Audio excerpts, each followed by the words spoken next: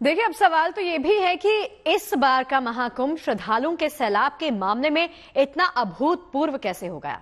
महाकुंभ मेला शुरू होने से पहले खुद यूपी सरकार को इस बात की उम्मीद नहीं थी कि 40 करोड़ से ज्यादा लोग पवित्र त्रिवेणी में आस्था की डुबकी लगा पाएंगे, लेकिन सच्चाई ये है, आज का दिन ये कहता है कि आज 37वें दिन करीब 54 करोड़ लोग प्रयागराज पहुंचकर गंगा, यमुना और त्रिवेणी की धाराओं में आस्था की पवित्र डुबकी लगा चुके हैं।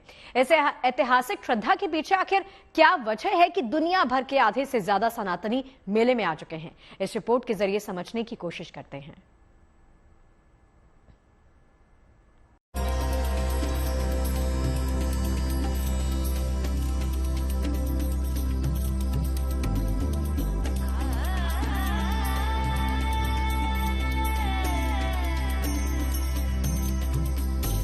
इंतजाम कैसे लगे? बढ़िया, बहुत बढ़िया। जय बोले।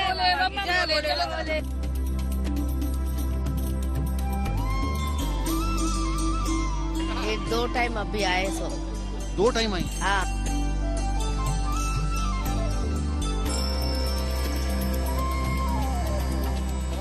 भगवान के लिए कितना चलना बोल तो खुशी से चल रहे।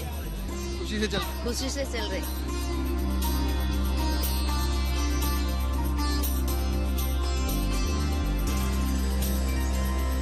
कैसा लगा? एकदम बढ़िया था। वहाँ भी व्यवस्था, कोई डूबने की जरूरत नहीं है, सब बढ़िया है।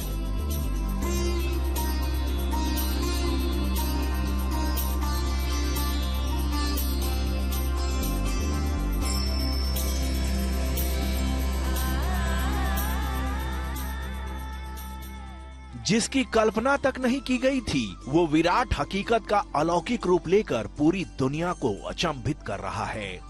पूरी दुनिया हैरान है कि महज 4000 हेक्टेयर में फैले छोटे से मेला क्षेत्र में 37 दिन के भीतर आखिर कैसे 53 करोड़ लोगों ने आस्था की डुबकी लगा ली।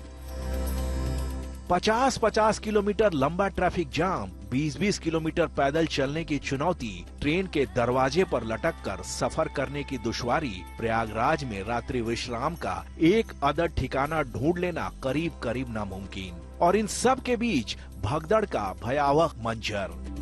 इतनी बेहिसाब प्रतिकूलताओं के बीच भी रविवार 16 फरवरी तक 53 करोड़ लोग प्रयागराज की पवित्र त्रिवेणी में आस्था की पावन डुबकी लगा चुके हैं।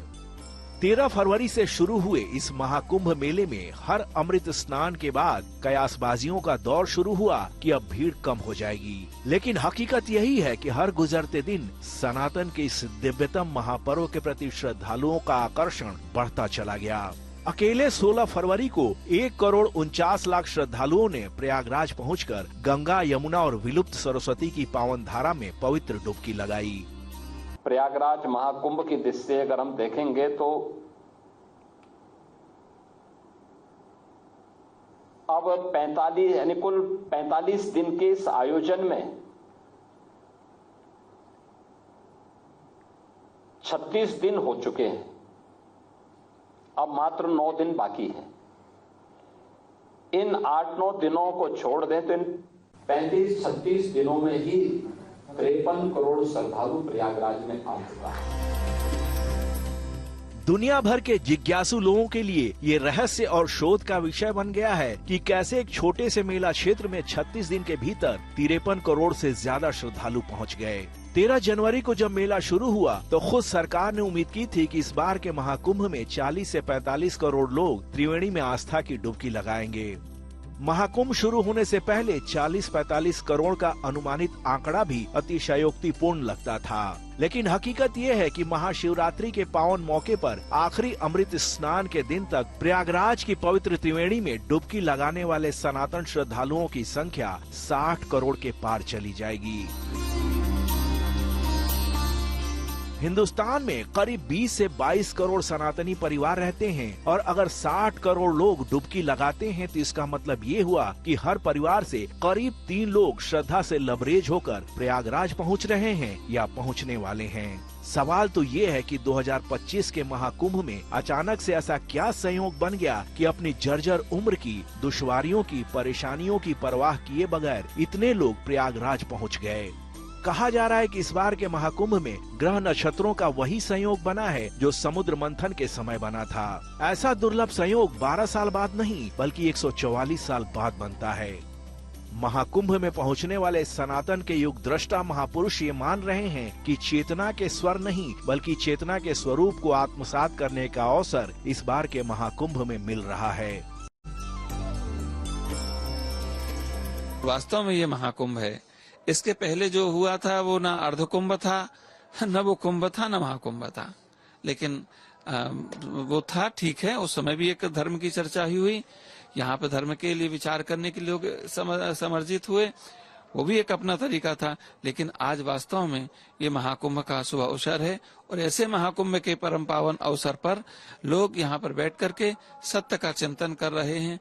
सत्य को एक दिशा देने की, लोगों में जन जन में सत्य, देखो एक तो होते हैं चेतना के स्वर, एक होता है चेतना का स्वरूप। तो आज चेतना के स्वर तो सबके पास में है लेकिन चेतना का स्वरूप का अभाव है।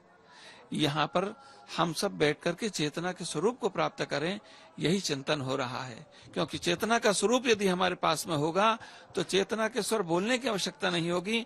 चेतना का स्वरूप ही चेतना का स्वर बन करके समग्र सृष्टि को इसी कुंभ के द्वारा जो अमृत तत्व की प्राप्ति होनी है, वो मैं समझता हूँ वो सबके जीवन में प्राप्त होगा। सारे विश्व वसुधा से लोग यहाँ पर आ रहे हैं।